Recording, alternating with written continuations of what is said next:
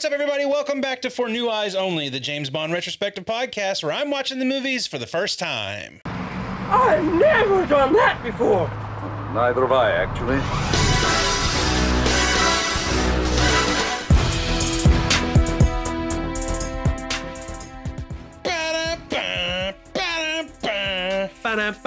Love is required whenever he's hired. It comes just before the kill. He's the man with the golden gun. Welcome, everyone. Today we're talking about Roger Moore's second run as Bond, the man with the golden gun. I'd like to welcome Nathan Simmons, the Q to my James Bond. Nathan, how you doing, buddy? I'm good, man. I'm a little tipsy, and I'm ready to talk about this extremely silly movie. And for a silly movie, I quite enjoyed it. I'll play my hand a little bit. It's a fun time, right? Oh, yes. The man with the golden gun. Second movie of the Roger Moore era. Yeah. The Man with the Golden Gun. We see Christopher Lee come in as the villain facing Bond this time. Christopher Lee. Dracula himself. I was bored with him playing Dracula all day long, and so was he in a way. And so it was exciting for him to play something different. Was released in 1974, directed again by Guy Hamilton, written by Richard Mabum and Tom Mankiewicz. On November the 6th, 1973, less than 5 months after the release of Live and Let Die, director Guy Hamilton rolls cameras on The Man with the Golden Gun, filming the Queen Elizabeth in Hong Kong Harbor with a skeleton crew. I believe Tom Mankiewicz was a kind of overwriting Bond at this point. Yeah.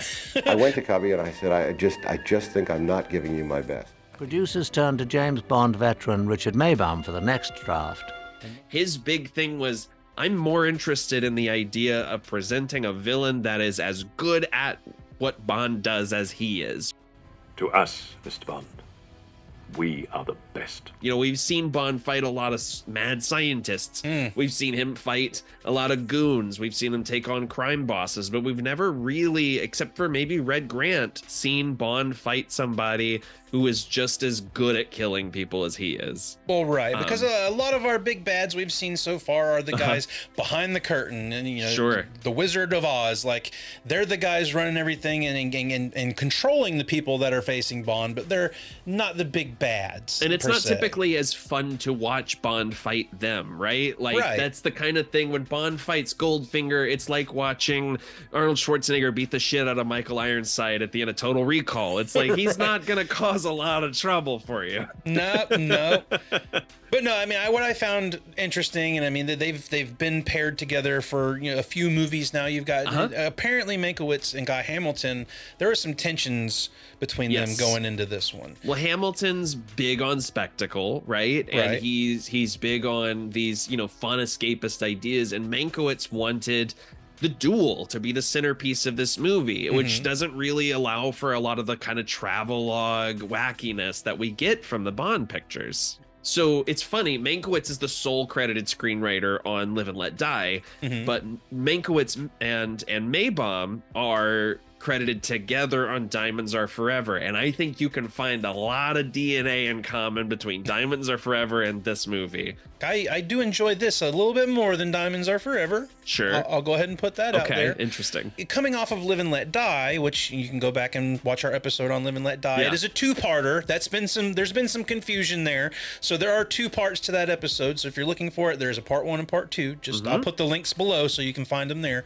But coming off of that one, which was kind of a delve into the blaxploitation era of filmmaking and whatnot, and then you move into this one.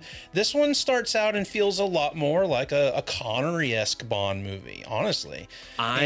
Yes. I mean, the weird thing about this movie is that they were adapting Fleming's final novel. This was, The Man with the Golden Gun was published posthumously, and a lot of the reviews at the time were basically trying not to be mean, right? Like, they were sort of like, this is maybe his worst book.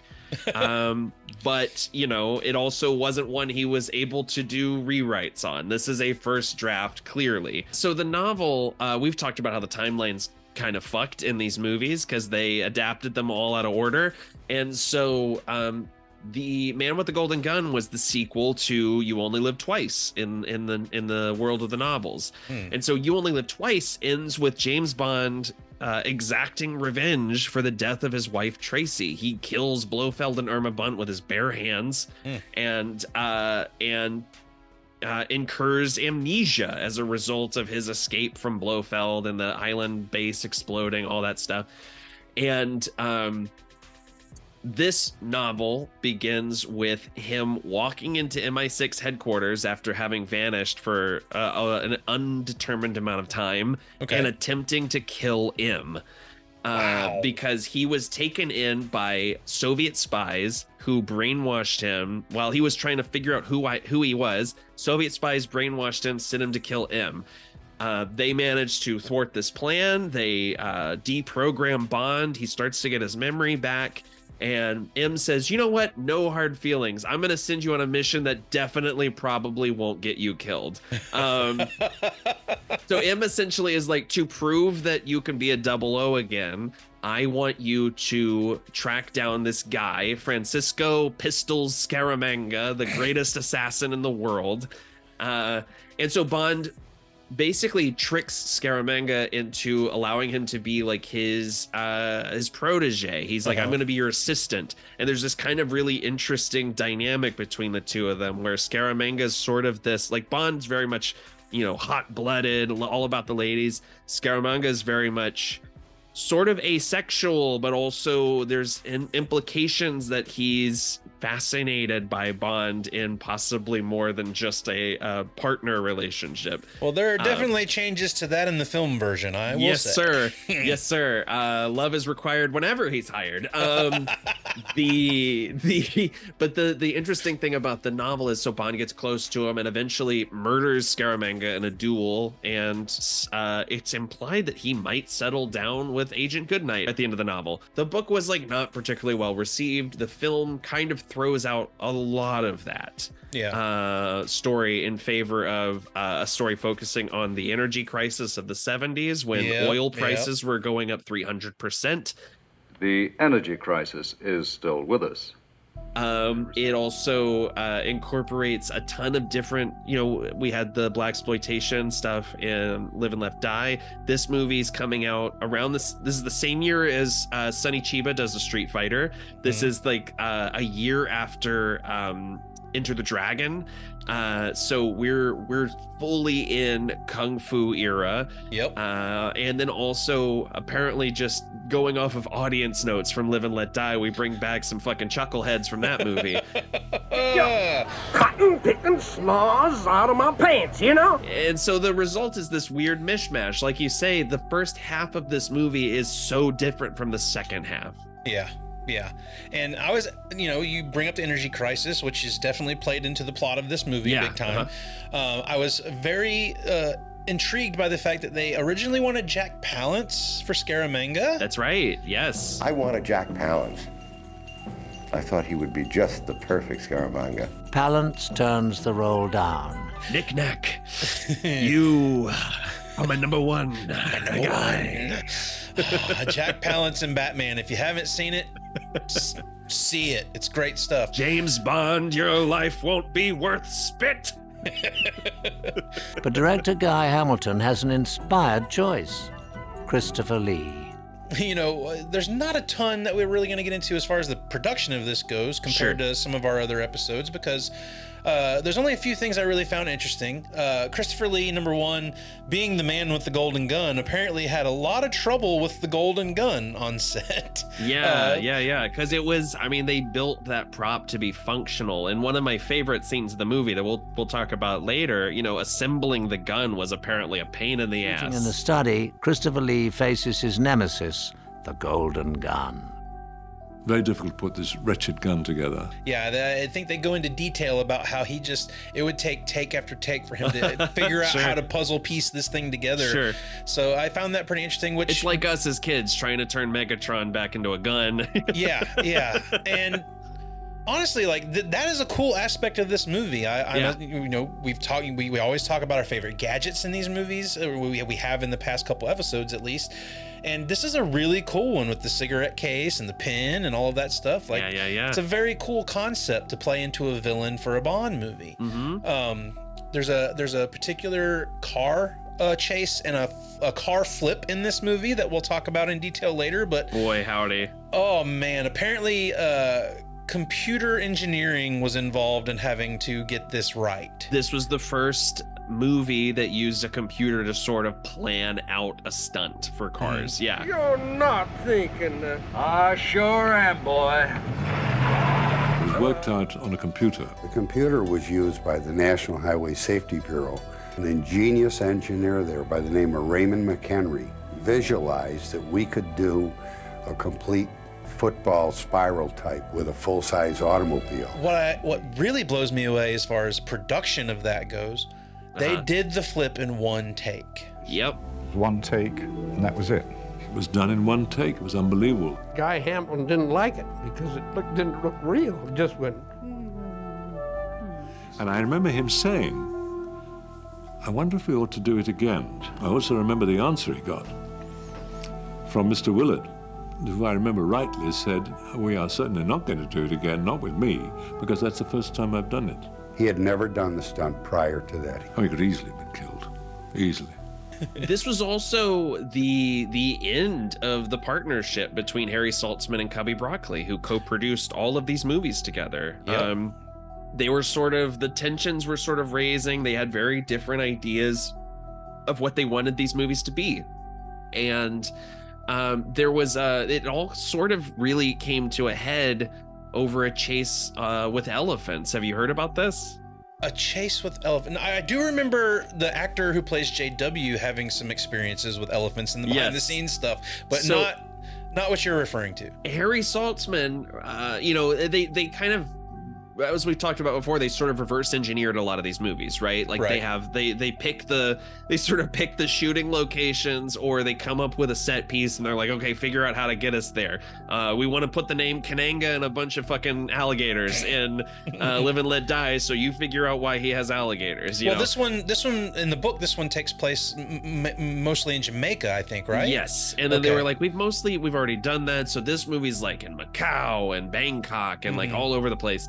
But Harry Saltzman had this idea that he was like, okay, so in the third act of the movie, I want Scaramanga and Bond to fight during an elephant stampede. And there was a sequence he had in his head where they're just jumping from elephant to elephant and to chasing each other like they're on fucking train cars or something. It wasn't enough for Bond to jump from alligator to crocodile and Live and Let Die. They had to one-up it with elephants. And supposedly Broccoli and Guy Hamilton were both like, are you fucking insane? That would be a nightmare to shoot. That honestly... That sounds like a request Prince would have at 3 o'clock in the morning. Or John Peters on Superman Lives, right? Like, I gotta have the giant spider in the third act. Prince wants his refrigerator full of Dunkaroos. But Saltzman wouldn't let this go, so he was like, I'm gonna go. Unbeknownst to the rest of the production, he goes to talk to an elephant wrangler. This will be great for the elephant stampede. And I thought, there isn't an elephant in the movie. Apparently for elephant races, they actually get shoes. And Harry said, he turned to Claude Hudson, who was the production manager, said, we need 200 of those elephant shoes. Flash forward a few months later, during the filming of the movie, Cubby Broccoli and Guy Hamilton get a phone call from someone saying, your shoes are here for the elephants. And they delivered 2,600 elephant shoes to the production for a scene that was not in the script, that was not even going to be filmed. They were so fucking in debt that as of 1990, the person who manufactured them had still not been paid. Like, they incurred so many expenses on this movie that were unnecessary, and at the end of production, Saltzman sold his 50% share in the company and sort of left the series. So this is also a monumental film for that. It is when the Saltzman-Broccoli partnership dissolved. This was a movie that was like very fucking difficult to make.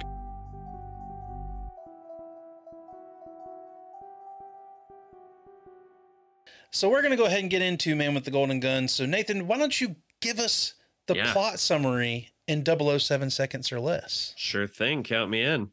3, 2, 1, go. To help solve the energy crisis, Bond is sent to take down the world's greatest assassin, the Man with the Golden Gun. 5.98 seconds. That's maybe my best time. I think it is, man. It's a weirdly straightforward flick for a movie that like takes us to like the first 30 minutes of this movie. We're in 15 different countries. 15, like we're all over the fucking shop, but like it's a really straightforward plot. We really haven't had a MacGuffin like this since From Russia with Love when we had the Lecter machine. This movie gives us the Solex agitator. And I mean, we start this movie on Jurassic Park, on the beach of Jurassic Park. Yeah. Christopher Lee emerges from the water and the camera wants us to be really sure we catch that he has 3 nipples. Right. And this is something like, it's very reminiscent of that opening scene in The Lost World for me. But you instantly get him. Oh, and Hervé Villechaize as Knick-Knack. Yeah, you've got Knick-Knack right off the bat. Love Knick-Knack. I mean, love Knick-Knack. From the moment he walks on screen, I'm like, the plane. Yeah. And Maud Adams is Andrea Anders. Yes. And it's a little bit of a weird opening. I was also a little thrown back because the mysterious man that walks up on this island, Mark Lawrence as Rodney. Yeah. He is one of the goons from Diamonds Are Forever. Did you catch that? I didn't know there was a pool down there. Yes, he's one of the guys from Slumber Inc. It's like not clear if this is supposed to be the same guy because he doesn't die in Diamonds Are Forever. So is Scaramanga. And it's also not totally clear what his business with Scaramanga is other than he's a new test, right? Right. And we don't even know that going into it. I mean, it's a very, very mysterious opening. You know, just knowing what I know of this movie going into it, I know Christopher Lee is our villain, but I do want to say one of the best villain layers in the movies we've watched so far. So I had a question about this. So he goes into the cave and immediately we're in... there's parlor games, there's a pommel horse, there's Paul, like it's basically Paul McCartney's bed from Help that like raises up out of the ground. It's so funny. What is your reaction to seeing, Scaramanga's funhouse lair? Again, like this whole opening is jarring because I'm thinking, okay, this guy's got a kick-ass lair. It's giving me Dr. No vibes. Sure. And we get in there, and then all of a sudden he's in a fun house, and I'm like, wait a minute, what? And there's like wax figures, and there's a ragtime version of the theme playing while... am I crazy? The wax cowboy is also a Roger Moore, right? Like there's 2 Roger Moores. It looks like the cowboy is also Roger Moore. I don't know about the cowboy, but it's funny that we're talking about this movie because I'm currently editing an episode for the VHS Files on the movie Waxwork. Is when you get in the waxworks, there's clearly no waxwork anywhere. Oh no, it's just people standing as still as they possibly can. And not that still either. They are like, I wish they had more makeup on. There's a big criticism. It's like this. At least make them look waxy. Do their makeup more. They just look like people standing still. The only time they make it look waxy is when the dude's carving that piece out of her cheek once she's already been made into a wax piece.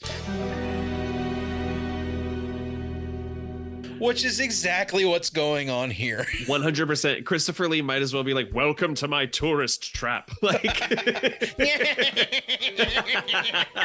it's fun. And the headshot that he does is super vicious.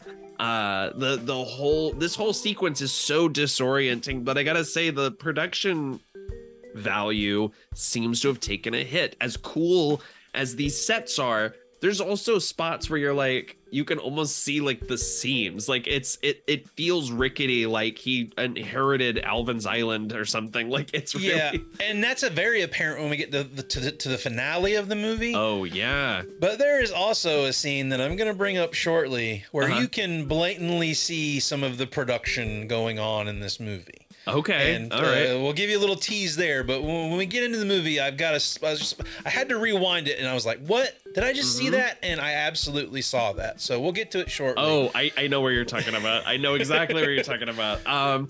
There's so this is a fun intro. I like this scene a lot. I love how ominous Knick-Knack is. Like, you're like, what is this guy's deal? Why is he giving hints? Is he actually helping? I wonder where you can find your gun, Monsieur Scaramanga. But you instantly get the camaraderie between him and Scaramanga as well. Right. And then you find out just how badass of a shot this guy is when he shoots all 4 fingers off of the Bond wax figure. Yeah, and it's like, good. Okay, we have an interesting villain going into this movie. That was my first reaction. I was like, okay, I'm interested to see where this goes. If I can tip my hand a little bit, I think the cardinal sin of this movie is that we do not get nearly enough Scaramanga. Like in previous films, I've said that I like the idea of holding our big villain till the end. But if you're gonna introduce me to Scaramanga right off the top and tell me he's the anti-Bond, right, then give me that guy the whole time. But we'll go ahead and talk about the intro and the title song. The man with the golden gun. So we got Lulu. Oh man, and this is definitely the most poppy Bond theme so far. It's also the most... The lyrics to this song are so dumb. This is John Barry's least favorite of his Bond themes. And I gotta say, like, I have a real soft spot for it. I love how silly it is. I love the twangy 70s guitar. Yeah. But like the lyrics are, very like fully... We're not even doing double entendres. We're just doing like, let's talk about how much the villain of this movie enjoys coming. Like that is like, those are the lyrics for this song. And one of my favorite lines that I will sing to myself just going about my day, because it's very funny to me, is he'll shoot anyone. Like, just he'll shoot anyone. He doesn't fucking care. But I will say, as goofy as the lyrics are, and this song being very poppy, I would have to put this one still above Thunderball. Look, I'm a big Lulu fan anyway. So yeah, this song is full. I love this song a lot.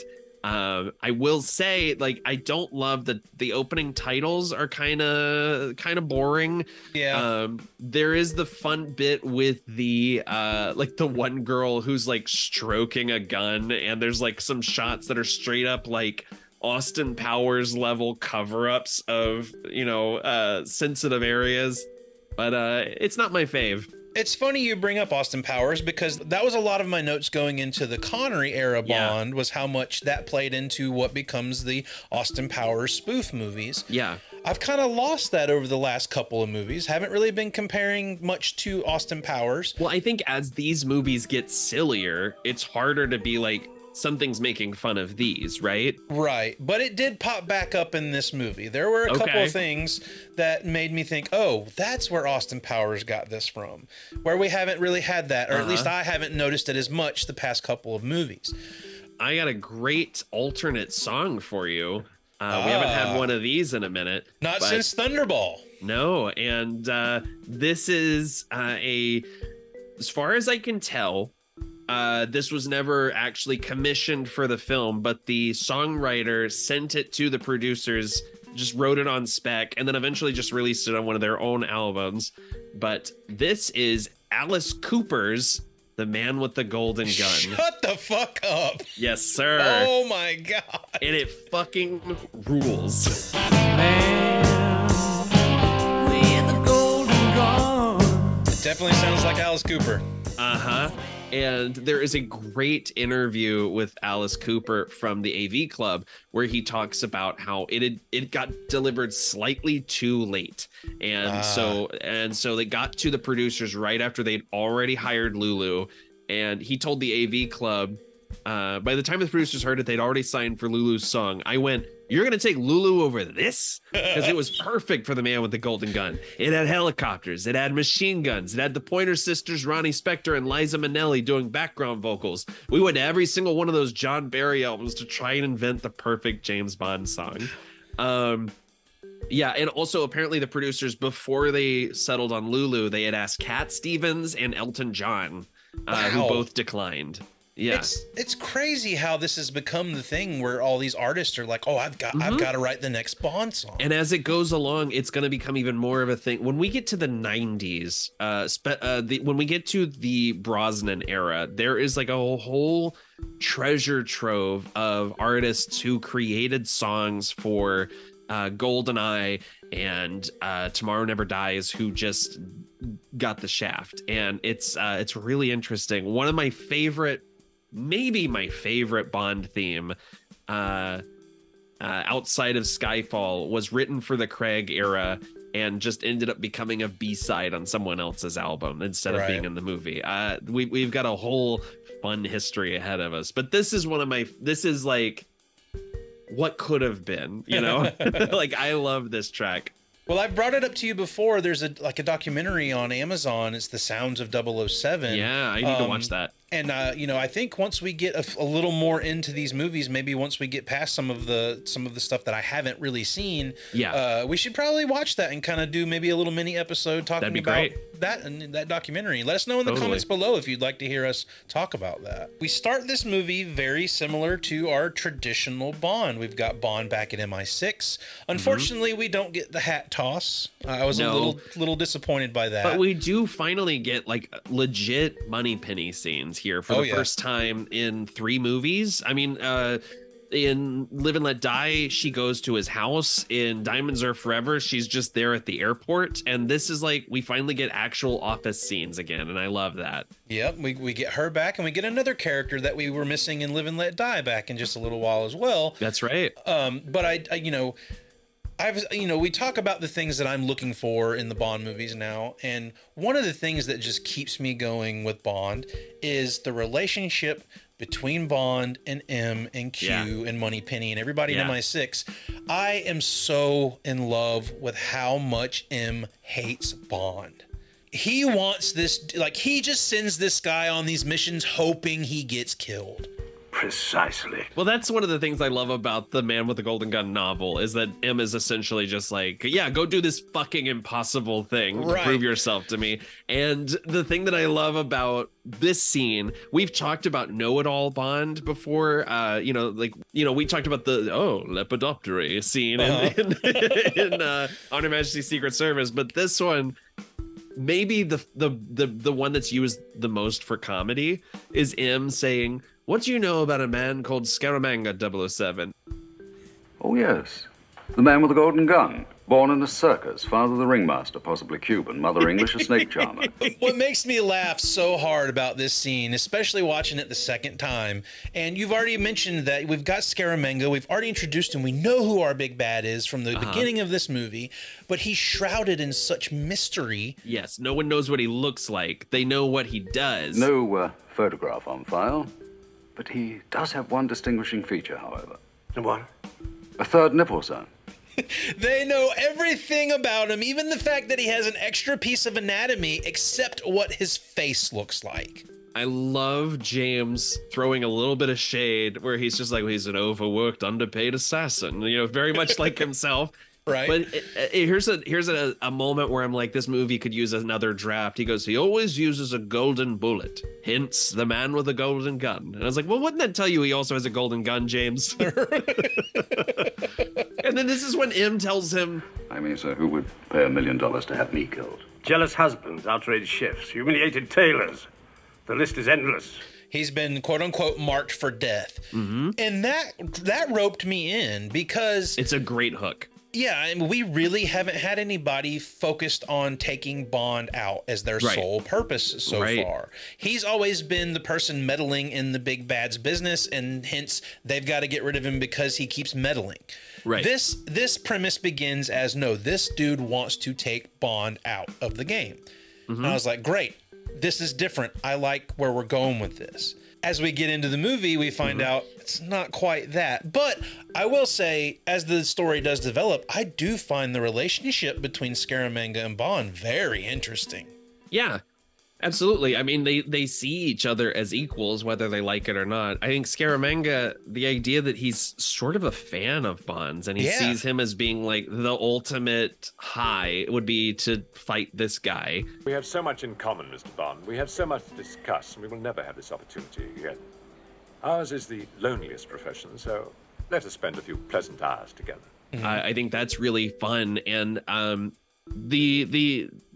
you know, we talk about a lot about how M has this distaste for Bond, but he has a real trust in him as well. And this is something that'll carry over into the next movie. Even when Bond is sort of pissing him off, he's like, you're the best man for this job. You know, he tells him, I need you to take a little break. We're trying to find our man Gibson, who's gone missing, who this defecting scientist who created something that could help power a perpetual energy machine. But he also hints, you know, unofficially off the books, you should probably try to find Scaramanga before he finds you. If I found him first, sir, that might change the situation. Dramatically. Wouldn't you say? Yeah, reverse psychology is the shit out of Bond. Like that's his thing. He's like he knows Bond is going to do whatever Bond wants to do. Right. So therefore he's going to say, "I don't want you to do this." Wink, wink. You know, which immediately sends him to Beirut, like to find where 002 was last seen, and to find this dancer who has a connection to Scaramanga and the death of 002. Right. And before we get on our mission, you know, I'd want to, we said we've got our Moneypenny scene here. Yeah. And one of the best, I have to say, when Bond says, "You're better than a computer," and she says, "In all sorts of ways, but you never take advantage of them."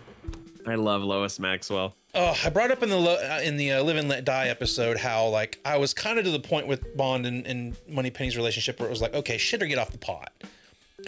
But we're back here now into familiar territory, and I'm like, this is why I love Moneypenny. Like, and that was missing in the last couple of movies. Weird comparison, but it's like early season Mulder and Scully, right? Where you know there's so much love and trust there, but they're never gonna cross that line. Right. You know, and I that's one of the things that I like about Moneypenny a lot is she's very flirty, but she's also just like, she knows that Bond, she loves the idea of Bond, but she knows what a fucking dog he is at the same time.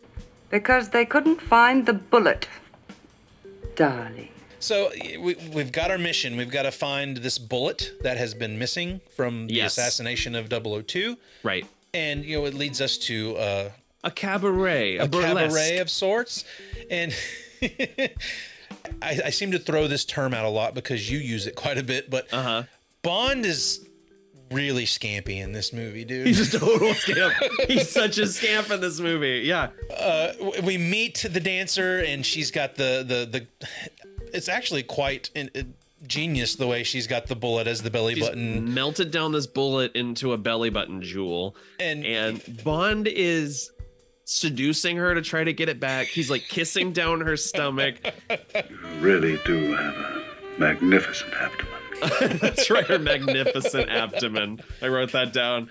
He gets hit in the back of the head and swallows this bullet in one of the funniest gags in the movie. And this is the seams you were talking about, right? The mirror shot. There's a particular point where they throw Bond into a mirror and you can see the camera. The entire crew. Yes. There's a great episode of the James Bonding podcast where Jeff Davis goes is pretending to be Guy Hamilton, and he goes, "And fuck it," instead of cut. And that's sort of the vibe of part of this movie. It's just and fuck it. Bond's usage of aerosol cans as weapons, unmatched. It's becoming a trope, and I'm hoping we see more of it moving forward. I don't know, but right. But Bond manages to make it away with the bullet. I've lost my charm. Not from where I'm standing. And we are introduced to one of my favorite characters in this movie, James Cossins as Colthorpe, the armaments expert at MI6, who is 100%, he is Major Boothroyd. Like, you remember that archive footage we watched of the real life Boothroyd? Yeah. Like, yeah. he looks like that motherfucker. He's the Monopoly guy. He knows everything about guns. Is a .42 caliber bullet, from Macau. And it makes me want, like, he's funny in this scene, but we've got Q back. We missed him in Live and Let Die, and we've got Q back in this one. And we're getting all these like fun gags. Q Branch blowing up a wall in the background. It just made me think, why isn't Q giving us this exposition? Sure, why it seems is this like extra it would be character Q, here? right? Right. Well, I mean, part of that could be I have heard and I've read in certain spots that Desmond Llewellyn wasn't particularly great at memorizing dialogue. That's one thing I noticed in this one, and a little bit in Live and Let Die as well, is you can really start to see him or Desmond Llewellyn and the Bernard Lee's age starting to show. Especially Bernard Lee in Live and Let Die. I'm seeing how old they're getting. And Desmond Llewellyn, I mean, he has so much technobabble shit to say in a lot of like technical terms and stuff. Right. But there apparently Roger Moore said on the day that they filmed this scene, right before they started filming, he shows up, he's talking to Desmond Llewellyn, and he's like, you've gotten the new pages, I assume. And Desmond Llewellyn was like, what are you talking about? And he handed him a bunch of fake pages. Like, he's like, there's actually all these new lines they wrote for us. And Desmond Llewellyn was like, those sons of bitch. Like, he was like so upset about it. But it's a fun scene. And this movie really, like, since You Only Live Twice, I don't know that we've seen Q this fed up with Bond. Right.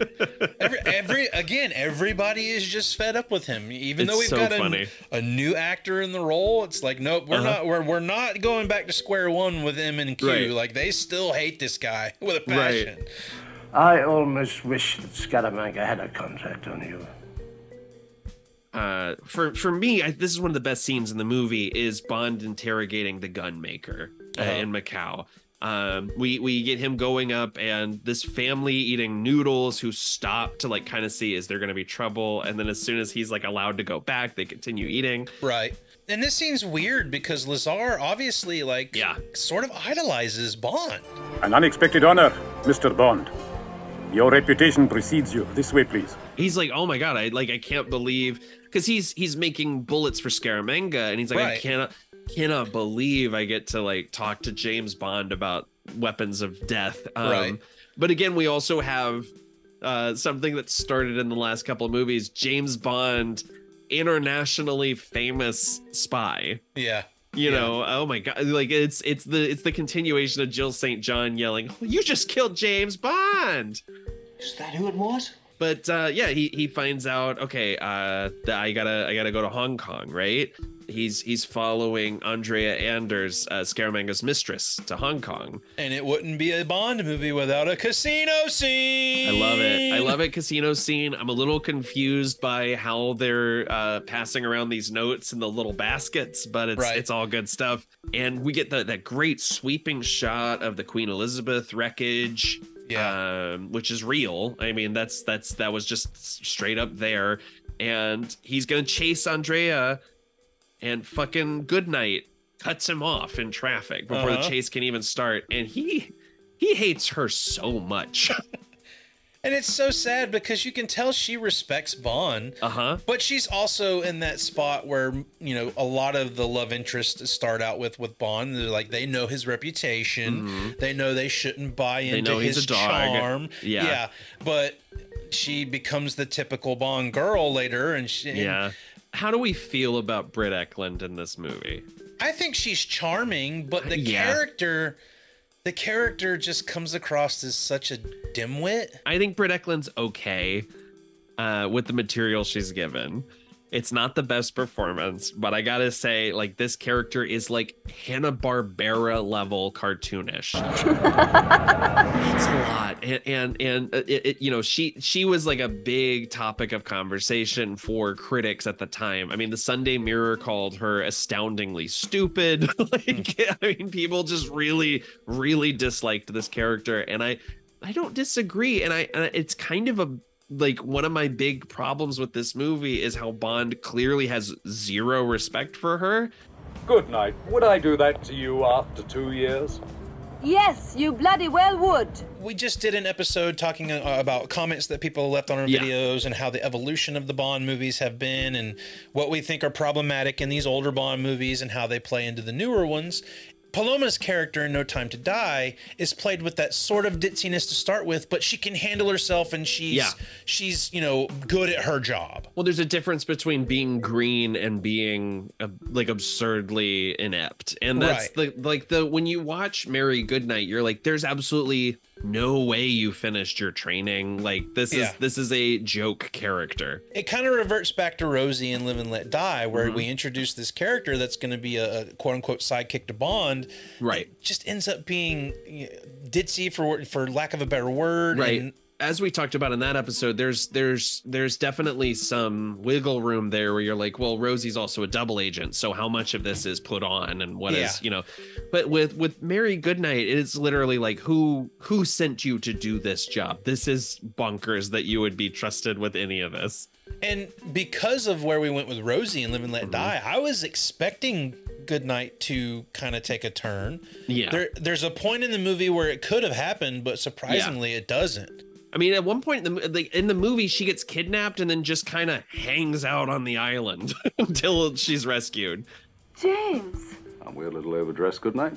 I will say, I think that the producers understood this was a problem. No spoilers, but The Spy Who Loved Me goes a really long way towards correcting some of these problems. Gotcha.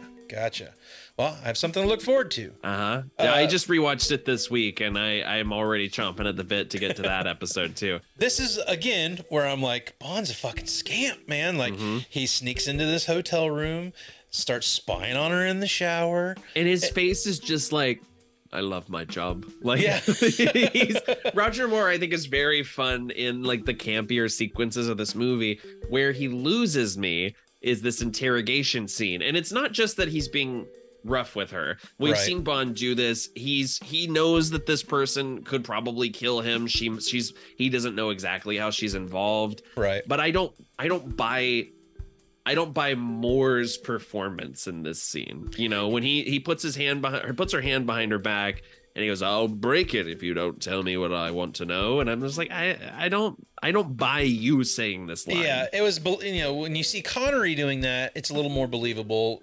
There's a viciousness to his performance. Yeah. Roger Moore has a little bit more of a, you know, playboy. Yeah, that's the perfect description. Like, he's more of a playboy. Like, Lazenby's a little more gentlemanly, so is Dalton. And then, like, Connery's more rough around the edges, blunt instrument kind of guy. And then, Moore is definitely more just like, I'm enjoying myself. I'm hanging out by the pool, you know? I don't buy him doing this. And I think the script kind of justifies it. I mean, I'm not saying we should go around smacking ladies, but I'm saying, like, in the context of the story, it makes sense that he's interrogating a hostile suspect, right? It's sort of Miss Taro from Dr. No all over again. That kind of thing. He may even use one of those little golden bullets on you. And God, I think Maud Adams is great in this movie. Yeah. I love that she's essentially like, I'm his mistress. I don't enjoy it, but there's this idea that, you know, and Bond talks about this in some cultures, like they believe that like it's like a ritualistic thing. Like Scaramanga sleeps with her before a job because it steadies him and it makes him like a better killer, and he sleeps with her after to sort of seal the deal. And it's like a ritual. It's like it's really, her performance is so interesting. The way that she's kind of dancing around what she means to say is really interesting. That's all stuff that I think is Tom Mankiewicz. Well, again, this is all shrouded in mystery because where we end up later in the movie, we find out she's the one who sent the bullet to MI6 because she wants out. She wants Scaramanga dead. And I love that Bond's response to this whole thing is, look, like, I don't trust you, but I trust that you don't want to die. Right. So I'm going to believe that what you're telling me is true. And so Bond ends up going to the unbelievably named gentleman's club, Bottoms Up. Bottoms Up?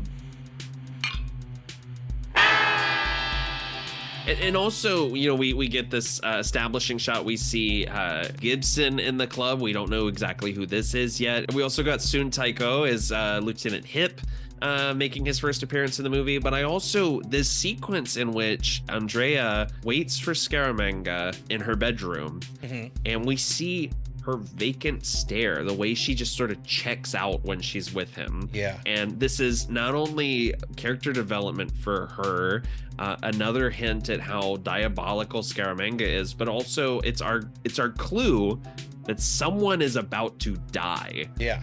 And I love the shot of Christopher Lee in the window getting ready to assassinate. Because we think he's aiming for Bond, obviously. Right. And it's jarring when, you know, he shoots and it's not at Gibson Bond. Bucks over and dies. Yeah. Yeah. And immediately Bond is loaded into a car. And I think when this movie works so well is when it's not totally spelling things out for you. Like, Bond gets loaded into a car by people who say they're the police, like, who want to take him in for questioning for this murder. And while Bond's sitting in the back seat, he sees a cop car pull up, and we're like, oh, you're in trouble.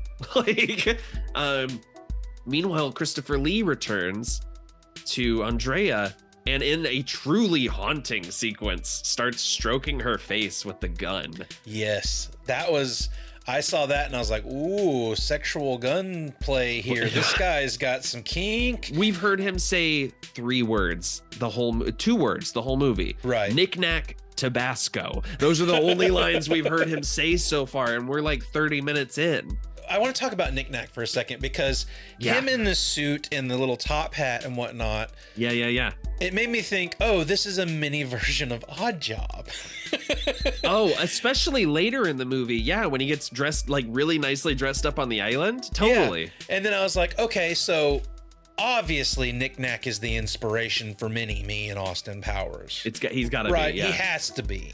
In Knick-knack, Hervé Villechaize and Roger Moore did not get along during filming of this movie. One cast member particularly enjoys the splendors of Thailand. He loved Thailand because there he could be out all night having fun and partying. Hervé had a voracious appetite for the ladies.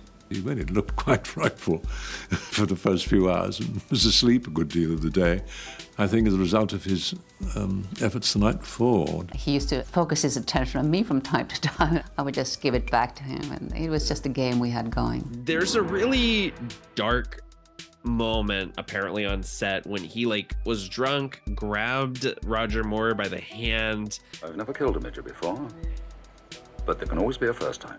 And Roger Moore said something like, "Get your fucking hands off me, you're diseased," or something like that. Ooh. And like people like thought that he was like getting mad at him because he was a little person, right? Yeah. And he's like, that's not at all what it was. Like, I had heard stories from him that like made me feel gross. Yeah. But Hervé Villechaize also really he struggled with addiction his whole life, sex addiction, and alcoholism, and he also dealt with depression and suicide. I mean, he unfortunately sadly took his own life, and there is actually a really incredible a really interesting movie called My Dinner with Hervé, where Peter Dinklage plays Hervé Villechaize in like the last weeks of his life.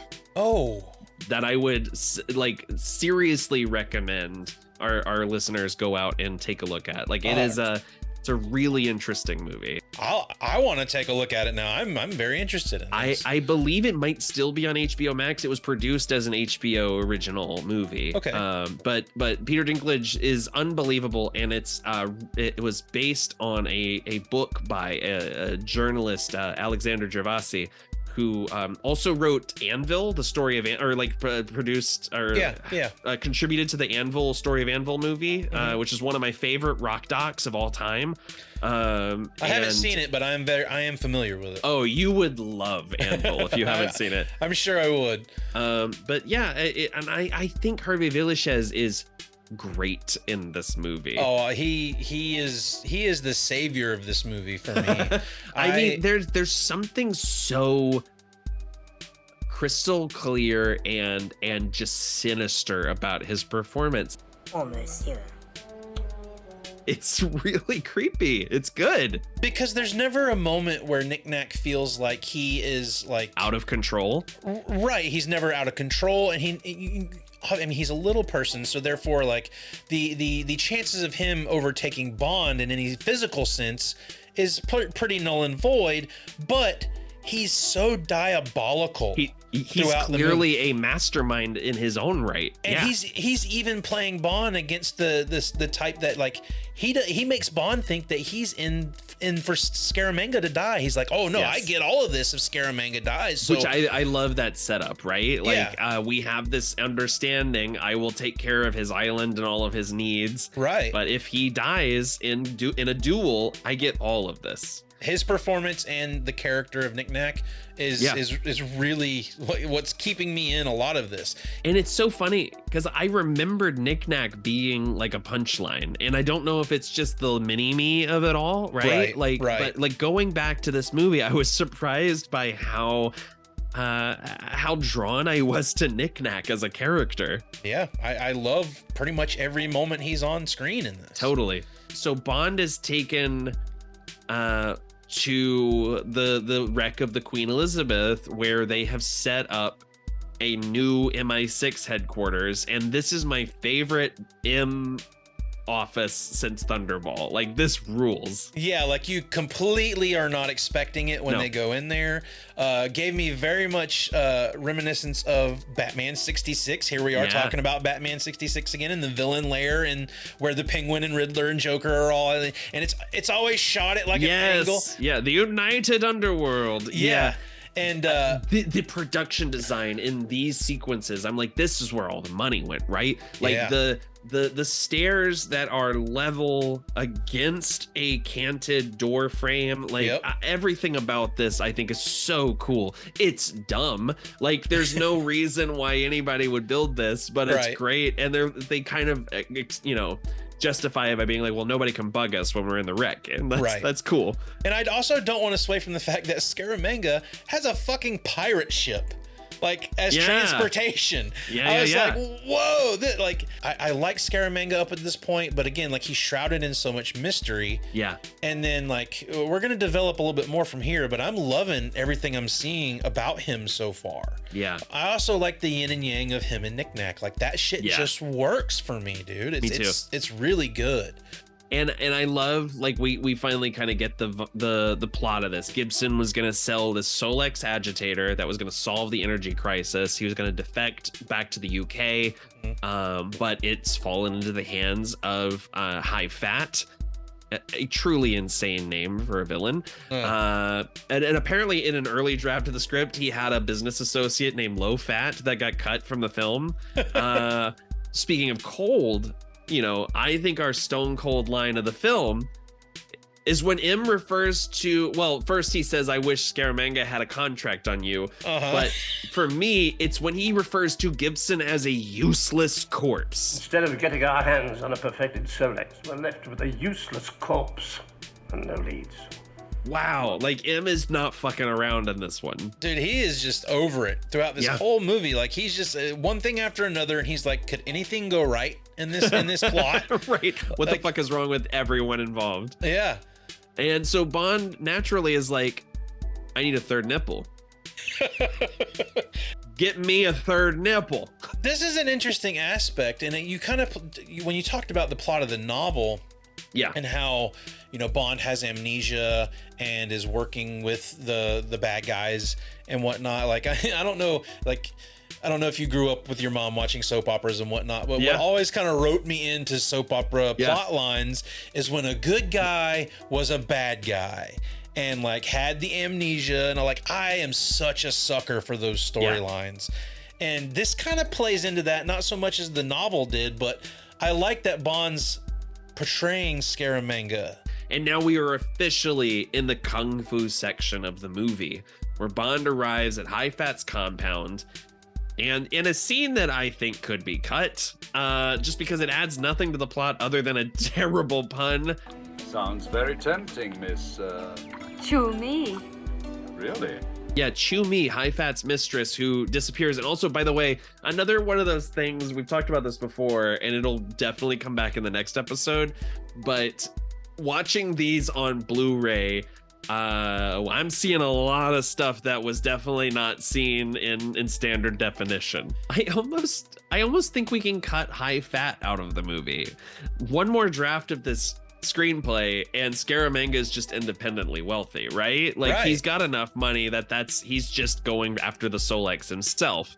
I don't think that we need this extra little segment other than we want to see James Bond fight his way out of a dojo. I don't like any of the dojo stuff. Me neither. That's maybe a hot take because it feels like that's one of the big selling points of this movie. But like, so High Fat sees Bond has this fake nipple. Bond introduces himself as Francisco Scaramanga.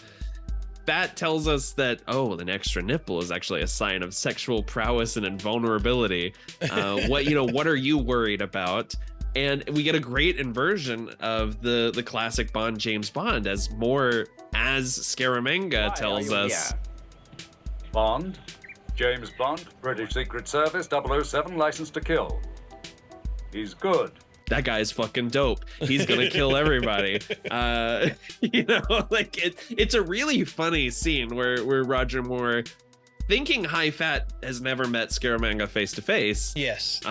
This is a fun turn when Bond leaves, and then all of a sudden, oh no, Scaramanga's here. Lee's there already. Christopher Lee's there already. Yeah. In one of my favorite dumb puns in the movie, Bond tells Lieutenant Hip, he must have found me quite titillating. But he invites him back for dinner so they can set all of this up. Mm-hmm. I do like when Bond comes back and he's going through the courtyard and all the quote unquote wax figures there. You get the great shot of Knick Knack in the wrestler outfit. Oh yeah, He gets attacked by the sumo wrestlers, and Bond gives them a killer wedgie. Yeah, this is the second time we're seeing sumo wrestlers in a Bond movie. I see them replaying some things for sure here. This, I think, is it's a more active use of them since he has to fight them instead of just watching the sumo wrestling. And then this is another one of those Bond tropes where it's like, okay, Bond's knocked out. Knick Knack's ready to put that pitchfork. Why doesn't he do it? Yeah, it's like, oh, no. Take him to the school. Like, why? Because you never kill him when you get the chance to, and you're a big dope. He wakes up being tended to and tells us that he thinks he's in heaven. Definitely heaven. I have an all caps. Ladies open up the door to reveal Kung Fu School. In an effort to have this movie play into the karate aspect of what's going on in Hollywood right now, we take him to this dojo. This is when movies like kung fu movies were getting hastily dubbed and dumped into theaters. I mean, this is the height of chopsaki, like whatever the spaghetti western version of kung fu movies were. That's what was happening at the time.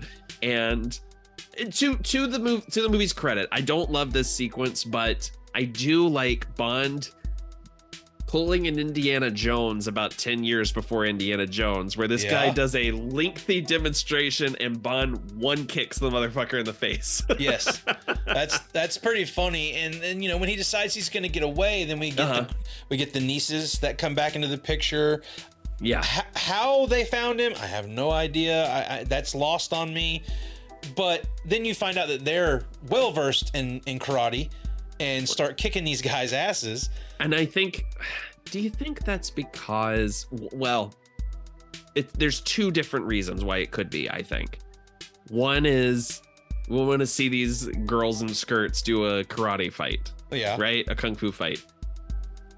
I think the more likely scenario is Roger Moore's not good with action. We've seen Roger Moore's fight sequences, which are, they're very I do like he punches one guy, bows, and then jumps through the wall because he's like, I'm fucking done. His comedic timing on some of these action sequences is good. It's just his physicality really isn't there. Well, and we know from Connery's Bond and from Lazenby's Bond to a certain extent that he knows jujitsu, but instead he's just gonna watch these girls fight. Yeah.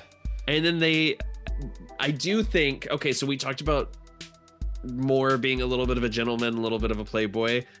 The reason he gets left behind in this escape sequence is because he holds the door for them to get into Hip's car. So Hip thinks he's in the car. Yeah. When he slams the door. It's really funny. But all of this is in an effort to get another boat chase.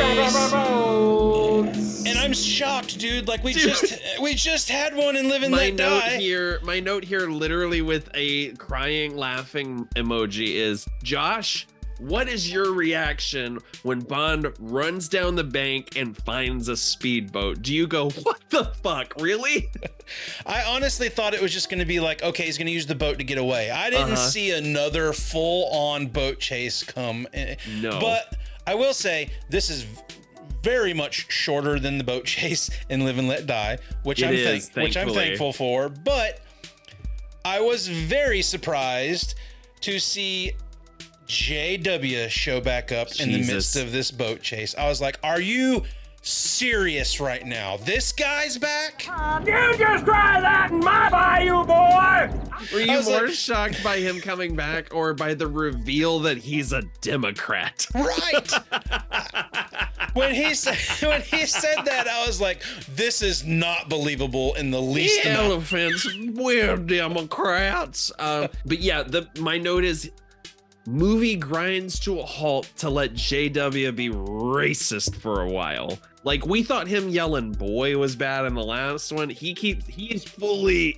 We're in full racial slur territory in this one. I'm so surprised by the fact that this guy is in this movie again. I was like, I really hope this doesn't become a regular guest spot for this guy.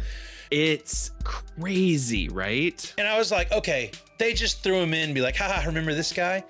But no, they bring his ass back later. JW is always in more of this movie than I remember him being. Like, I had the same thing. I've seen this movie before, and when I was watching it, I was like, oh yeah, they have the dumb bit at the water, and he yells at his wife, and he's just like, come on, baby. And but no, JW becomes a supporting character for an entire action sequence, and is also just written slightly differently. It's so strange. I mean, he's on vacation in this one, so there's he's kind of trying to relax in this. It's but so clumsy. Like, that's fucking crazy. You're telling me that JW Pepper is on vacation at the same place where James Bond is, and he's car shopping just so that we have an excuse for an extended chase sequence with both of them together. Yeah, and apparently Guy Hamilton liked the guy and brought him back. And there's an interview with Guy Hamilton where he's just like, can you believe he's not actually Southern? That's just, he's such a good actor. I don't know, man. This character is not for me. Like, this is by far the worst aspect, is like, you of anybody you could have brought back, you brought this guy back to the movie. We don't get Felix Leiter in this movie, but we do get JW Pepper. It's bonkers, and it's only offset by this next sequence where Scaramanga shows us how fucking cool he is. He takes out Fat. He's like, I don't need you. He assembles his gun. It's this lengthy sequence where we keep cutting back to him. We're like, what is he doing with the lighter? He's got this little pin. He pulls a piece of his lapel button off, or his cufflink off. He's got a bullet in his belt buckle. Mm-hmm. And he shoots as soon as High Fat gives him the Solex. He shoots him and tells his servant, Mr. Fat has just resigned. I'm the new chairman of the board. He always did like that mausoleum. Put him in it. Ooh, it's good. That's maybe the best line of the entire movie. Yeah. There's a couple of things he says to Bond later that I think are pretty cold as well. Yeah. But again, like, he has this like almost infatuation with Bond that it doesn't come across that way. It comes across almost as celebratory, but we've got to have our romancing goodnight. But see, I almost am on board with Goodnight, where she tells him killing a few hours is one of your passing fancies isn't quite my scene. You hit the nail on the head. And what ruins this whole thing for me 30 seconds later, 30 seconds later, she's in her nightie in his hotel room and says, I'm weak. Yep. She says, I'm weak. I wrote down Sylvia Trench. She is not. No. And to add insult to injury, Andrea shows up and he shucks her in the fucking wardrobe. Bond's throwing another girl in a closet to hide her from somebody.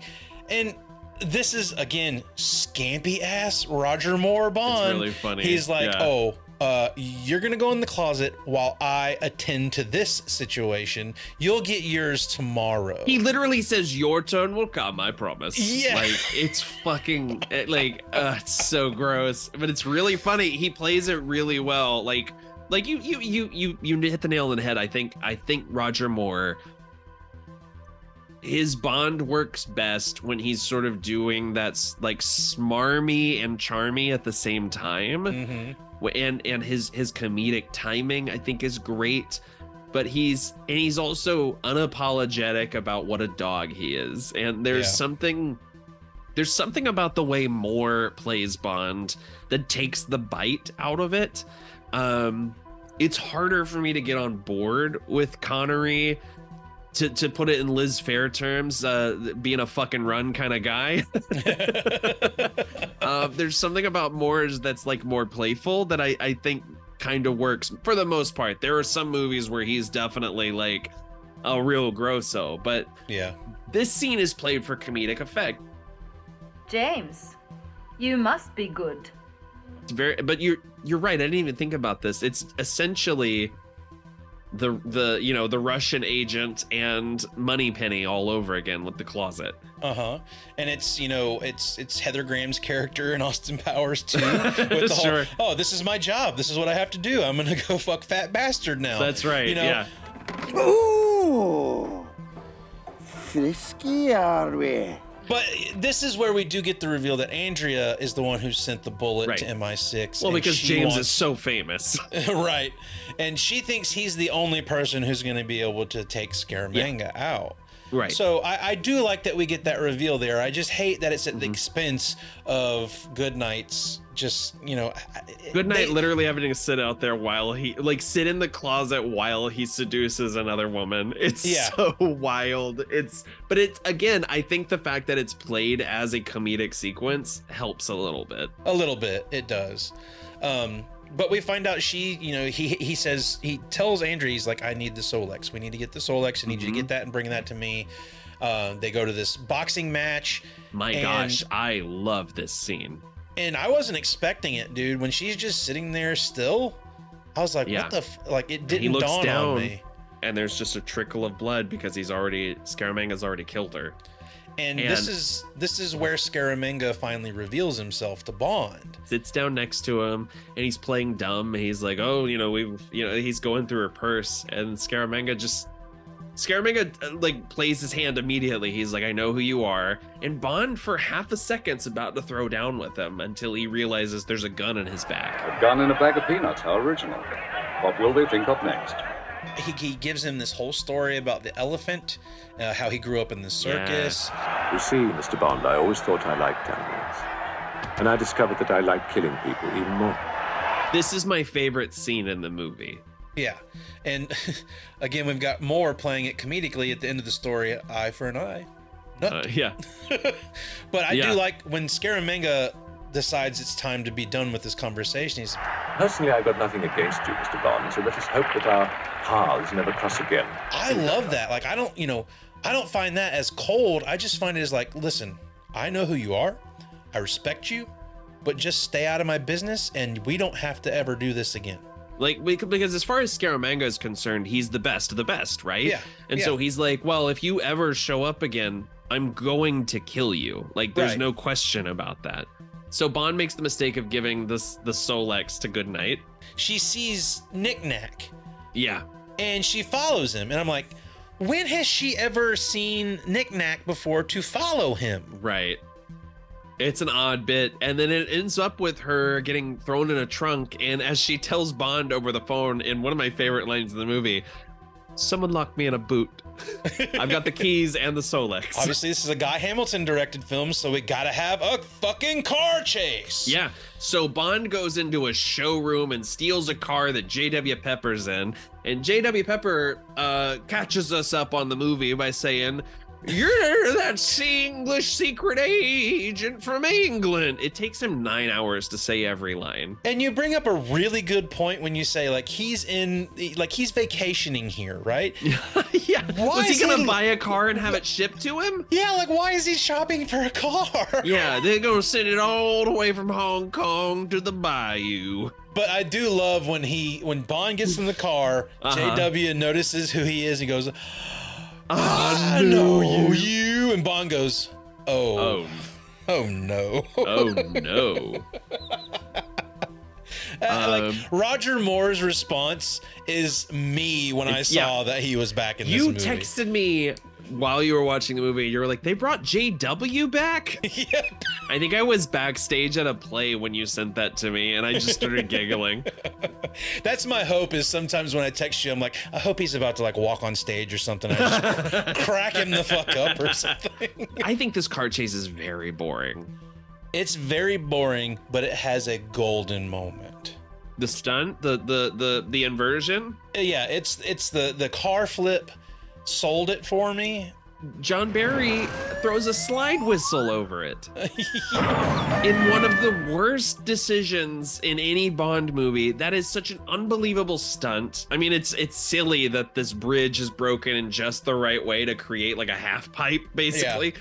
That slide whistle just kills it for me. I will say JW did make me laugh when he backs up and he goes, "Oh no," like he knows what's about to happen. Roger Moore's delivery of "I sure am, boy" is so fucking funny. It's the highlight of it's one of the best moments of the movie for me. But as much as I hate JW, seeing Roger Moore doing like his Louisiana accent is so funny to me.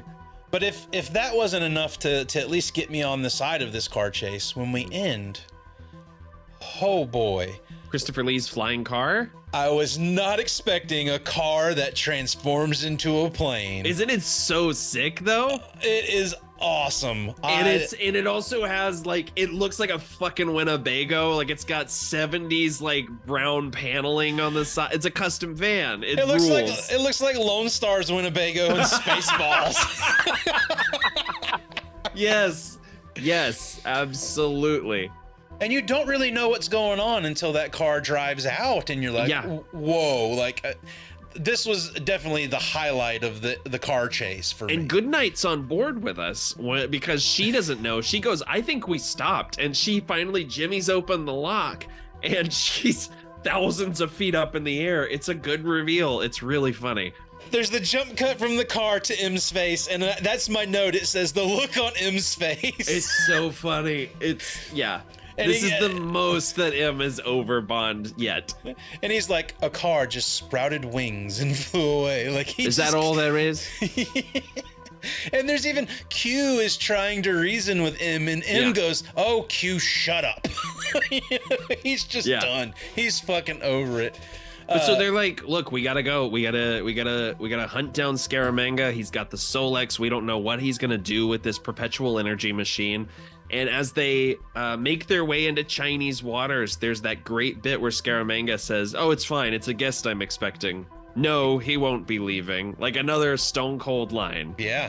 Oh, Goodnight's around here somewhere. Like I didn't kill her. She's just living on the island, having a good time. I love how Knick-Knack walks up with the tray of champagne. Yes. And then he shoots it, and the look on Knick-Knack's face when the champagne's just like squirting all over him. Come on, man. Yeah. And Bond just like immediately understands how all of this stuff works. Like Scaramanga and High Fat have essentially built a laser cannon using the Solex. This is one of those moments that you say like Bond is a know-it-all. Scaramanga lays it out. He's like, I don't know what any of this shit does. He does like, science was never my strong point. And Bond is like, well, renewable solar energy. It goes through this thing, it goes out the tube, and like, it's ridiculous. Allow me to tell you everything about the place you don't know anything about. Yeah. It's so funny. And then Christopher Lee tells us my plan is to either sell the Solex to someone so they can have a monopoly on energy, or someone who'd reuse it. You know, like he doesn't care where it ends up, just as long as he gets paid. And I love when he's showing him how the Solex works to power and get the energy. But then his comment when he goes over to the next little window, he's like, this goes with the Solex, no extra charge. You must admit, Mr. Bond, I am now undeniably the man with the golden gun. I love it. Yeah, as he shows us, he blasts Bond's biplane and blows it up. This is the part I really like. And I love it. They cut to Roger Moore. Like, his face just is like, God damn it. You know? Q's gonna be so mad at me. I love it, and I think the production design here in this laboratory is really great. Like, this is some kind of Dr. No-esque stuff. Yeah. And Scaramanga's just like, yeah, I want to kill you, but like, let's go have some lunch. And so they sit down for a nice lunch. Scaramanga asks Bond to taste his wine, to tell him if it's good. I also love that there's one guy running this whole solar Oh yeah, the plant. maintenance guy who gets really handsy with Mary for a second. He's a fucking creep, dude. That's a weird moment. When Knick-Knack is announcing the duel and he's just looking up and down at Goodnight, I was like, this dude's a His creep. face never changes. Like, he's just staring at her. It's really unnerving.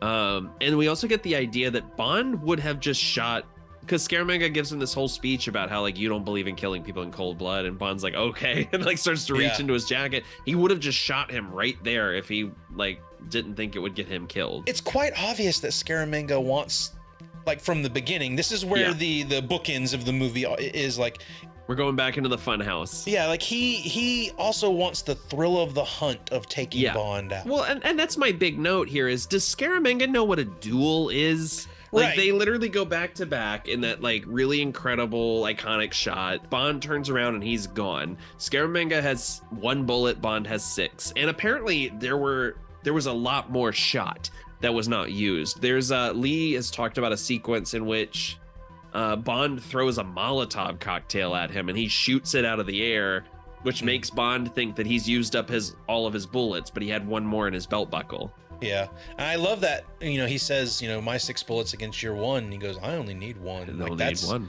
Yeah. That's a boss-ass line, man. It's good. And Knick-Knack tells us, as the referee, I will also administer the death blow if one of you, you know, can't pull through or whatever. So yeah, we get back to the funhouse, and I have in all capital letters, Roger Moore Kaiju, because he's like in this like city set that he's towering over. And this is where the production shows a little bit. Like, you can see like the rafters that things are built on when Bond is climbing around in that stuff. This is, for my money, the most underwhelming finale we've had in any of these movies. I mean, and that includes you know, Kananga turning into a balloon. Like, there's just that played comedically to where it was like shocking, where you're like, believe that? Yeah, did they really just do that? This one just, it's not much. And I find it hard to believe that they would have a wax figure of James Bond there with a loaded gun, because I'm assuming that's how Bond gets the gun to kill him. I was wondering that too, because I'm like, he drops the gun, why do that fake out? It's not super clear. And he had time to put the suit on and everything as well. Like, it goes by super fast, and it's very underwhelming. I agree. So we get this final sequence where Goodnight has tossed the handsy maintenance guy into this like coolant. Yeah. And it starts destroying the island. I laid him out cold. You did? Yes. There's more to you than meets the eye, Goodnight. And I'm not buying that these two like each other at all after they escape from the island. You know, like they're like Bond is sleeping with her because she's there. Like it's like everything that we've heard so far from this character, it just, I don't know. I'm not happy that these two kids ended up together. You know, like it's just a weird ending. Although I do love the fight with Knick-Knack. Knick-Knack attack! I think I honestly could have bought Knick-Knack being the big bad villain of a movie. Okay. Like, I think he's that diabolical. Like, yes, he's not going to have the physicality to go against Bond. Yeah. Even though he definitely gives Bond some rims to the shin and is throwing those champagne bottles pretty furiously at him. But like, yeah. I think they could have done something interesting with a character like that as a Bond villain. Right. Almost like a, you know, Peter Dinklage might make a good Bond villain someday. I'd love to see it. Yeah. Well, and I gotta say, it does end with one of the dirtiest jokes we've had in the whole series, where M calls, he wants to talk to Goodnight, and Bond says, Something came up. She's just coming, sir. Good night. Good night, sir. But it's just, it's such a silly ending. And the fact that he stuffs Knick-Knack in a suitcase in her trunk. Yeah, and then puts him in the, like, basically, like, whatever, the fishing cage or whatever at the end. I will say I was a little heartbroken because I thought, like, well, Bond's just going to throw his ass in the ocean. I did too. But I kind of love that we sort of get that whole Baron Samedi thing where, like, no, Knick-Knack's not dead. He lives like, to fight another day. Stuff like that where they throw those little things in at the end, this little wink wink. It's like, why, you know, you did that because maybe there's a possibility you could revisit this. Yeah. And, you know, from what I understand, there's no revisiting that either, especially like with the Baron Samedi stuff. So, like, I don't know, like, they do things like that as a wink wink where I think they could have done something cool in future movies. But that's the Man with the Golden Gun. It sure is. For all of its flaws, I had a lot of fun watching this. Yeah. one. I think they do a lot of interesting stuff, but where some things in other Bond movies we've watched so far are a lot more exciting, this one has some duller moments. The car chase, even though I do enjoy the flip and the ending with the car plane, you know, it's definitely not as exciting as other car chases we've seen. I didn't need another boat chase in this movie, but we got one. I didn't need JW again, but we got him. But that still didn't take away from the enjoyment of the movie. Like, I definitely wouldn't rank this lowest so far. No, I think the first half of this movie is a real blast, and there are things to love about it. I think Roger Moore kind of dips with this one in terms of performance. I think he's really dialed in Live and Let Die, and in this one, it feels... You can feel that this movie came out a year after Live and Let Die, right? Like, everybody feels a little tired. They're kind of recycling some ideas here. And I gotta say, like, it makes sense to me that, like, this movie was sort of a crossroads for the series. I mean, it's the fourth lowest grossing of the series. Reviews weren't great. It made back its money, but only just. Like, it didn't do super well. And so, you know, the producers took this as a challenge to really up their game with the following film.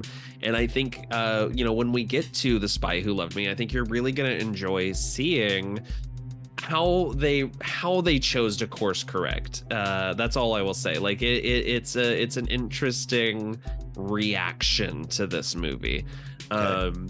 I enjoy Man with the Golden Gun, but I will agree that it's not top tier. I think it's better than Diamonds Are Forever, but not much.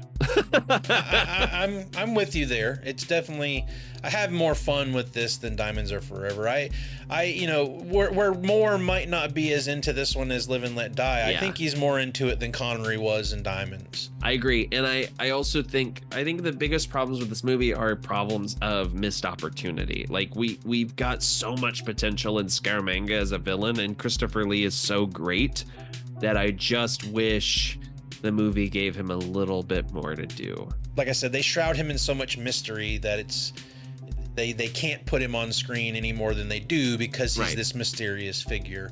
And but that like definitely... horror, like you look at the Hammer horror films, the Dracula movies, Christopher Lee is barely speaking in those. Yeah. And he's so compelling because of the way that they choose to deploy him. And I just think that I don't know, there's a lot of unevenness to the way that they deploy him in this movie. Well, that's going to do it for our discussion about Man with the Golden Gun. We'll be coming back with the next episode. We'll be talking about The Spy Who Loved Me. We're going to try and get that one out a little bit faster than the last couple have been coming out, but we're doing the best we can. Just know that, folks. Nathan, it's been good talking James Bond with you. Yeah, always. As usual. As far as The Spy Who Loved Me goes, I mean, obviously there's going to be a love interest in Bond's life again, maybe. So that's the only thing I really got on this one. I've heard good things about this movie, but again, I know no plot details, so it'll be fun to discover what kind of crazy adventure Bond's going to get up to in this one. I can't wait to talk about this one with you. I mean, this is like, I think people kind of hold this one in the same regard as Goldfinger, as like one of the tops, like one of the tentpole moments in Bond history. And there's a lot of reasons for that beyond just the fact that it's a very fun time. So yeah, I think we're gonna have a really good time digging into this one. All right. Well, I'm excited. As always, I mean, the more we watch these movies, the more excited I get. Yeah. I haven't hit that wall yet where I'm like, oh shit, another Bond movie. We love to see it. Yeah. Until next time we see you, Nathan. Stay shaken. Never stood.